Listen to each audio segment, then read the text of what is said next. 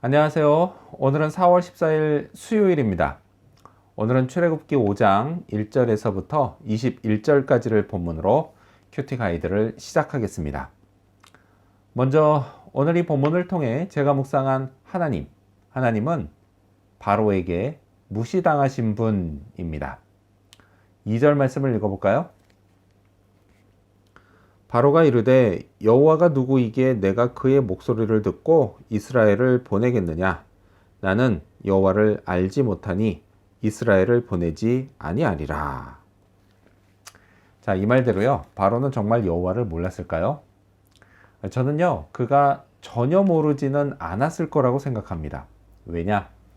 통치자로서 그는요, 국가에서 특별 관리하는 히브리인들의 종교에 관해 전혀 몰랐을 리가 없었기 때문입니다.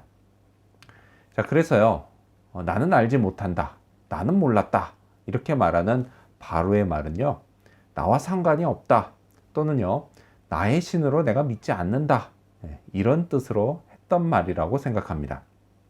그러니까 당연히 바로는 하나님을 무시했습니다.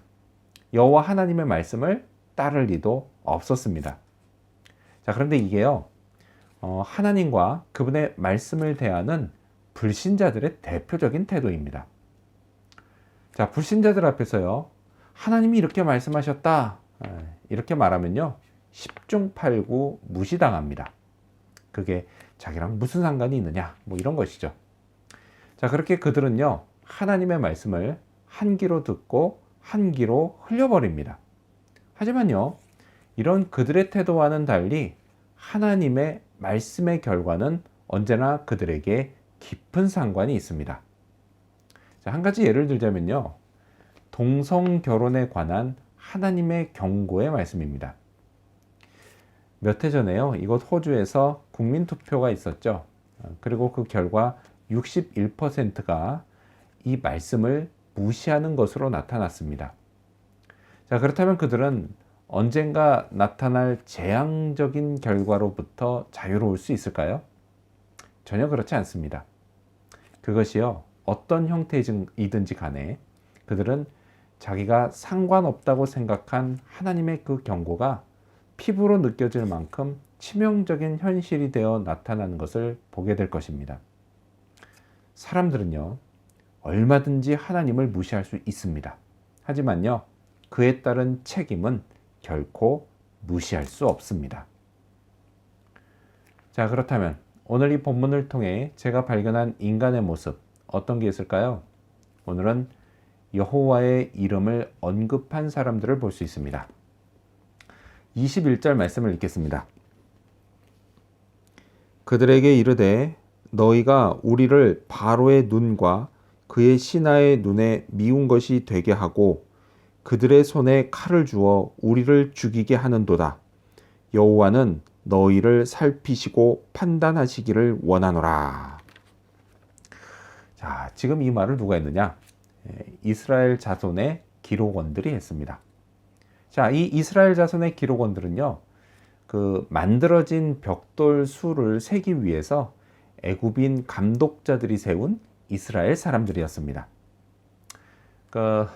우리나라의 경우에요, 일제 식민지 시절에 이들처럼 일본 정부가 세운 조선인 관리들이 있었습니다. 대개 이들은 친일파로 분류됩니다. 자, 오늘 본문에 나오는 이 이스라엘 자손의 기록원들 역시요, 친애굽파로 분류되는 사람들이었습니다. 하지만요, 그렇다고 해서 그들에게 삶의 애환이 없었을까요? 아닙니다. 있었습니다. 그들도요, 나름 애굽의 종노릇하는 게 마냥 좋지는 않았을 겁니다. 그래서요, 모세로부터 하나님이 우리의 고난을 살피신다, 이 말을 들었을 때 그들도 이 말을 환영하고 기뻐했을 것입니다. 자, 하지만요, 모세가 바로를 만난 후부터 이 고난이 없어지기는커녕 오히려 더 심해졌습니다. 자, 이제는요, 자기들까지도 애굽의 관리들에게 매를 맞기 시작했던 겁니다. 자, 그래서 바로를 찾아간 그들은요, 상황을 파악하게 됐고, 그리고 이게 다 모세와 아론 때문이라고 생각했습니다. 그리고 그들은요, 여호와는 너희를 살피시고 판단하시기를 원한다고 말했던 것입니다. 자, 이런 말은요, 요즘 사람들도 종종 사용합니다. 다만요, 조금 바꿔서 사용할 뿐입니다. 이렇게 바뀌었죠. 하나님이 다 아신다. 이렇게 좀 바꿔서 사용을 합니다. 하나님이 다 아신다. 이 말은요, 자신이 무죄임을, 그리고 반대로 상대방이 유죄임을 주장할 때 주로 사용됩니다. 자, 이렇게 하나님의 이름, 하나님의 이름은요, 누구나 언급할 수 있습니다. 심지어요, 오늘 본문에 나오는 이스라엘 자손의 그 기록원들처럼요, 하나님의 뜻과는 전혀 반대로 가는 사람들조차 하나님의 이름을 언급합니다. 하나님이 다 아신다. 그리고요, 정말 그들의 말처럼 하나님은 살피시고 판단하십니다. 다만요, 그들이 주장하고 기대하는 것과는 반대로 하실 뿐입니다. 자, 그렇다면 끝으로 오늘 이 본문을 통해 나에게 주신 교훈이 뭘까요?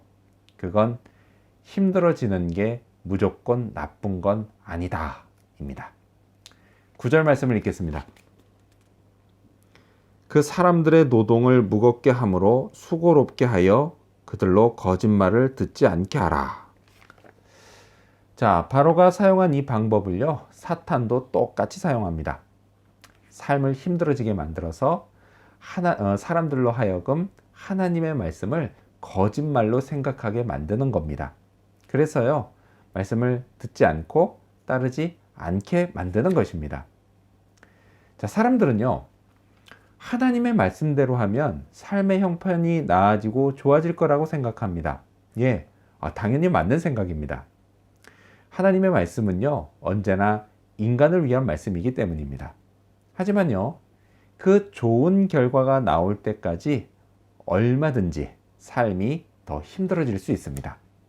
성경은요, 이런 힘든 과정을 고난이라고 부릅니다. 자, 하나님의 말씀을 진리로 믿고 따르면 고난도 따르기 마련입니다. 고난은요, 말씀의 선한 결과가 내게 이루어지는 과정입니다.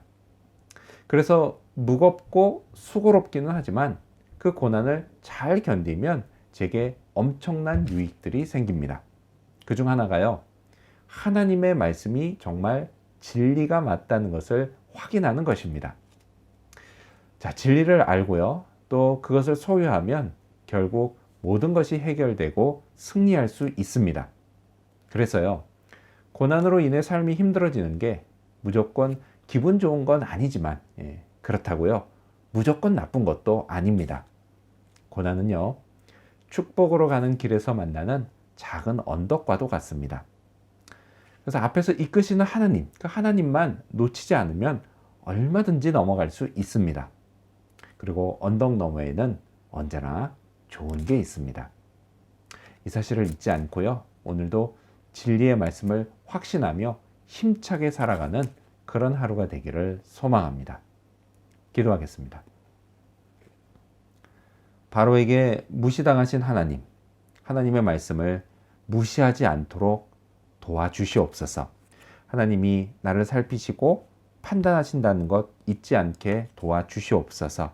유익이 있기에 고난이 무조건 나쁜 게 아니라는 사실 잊지 않으며 오늘도 그렇게 고난 가운데 하나님 더 바라보고 하나님 기대하신 삶 살아가도록 도와주시옵소서. 감사드리며 예수님의 이름으로 기도합니다. 아멘.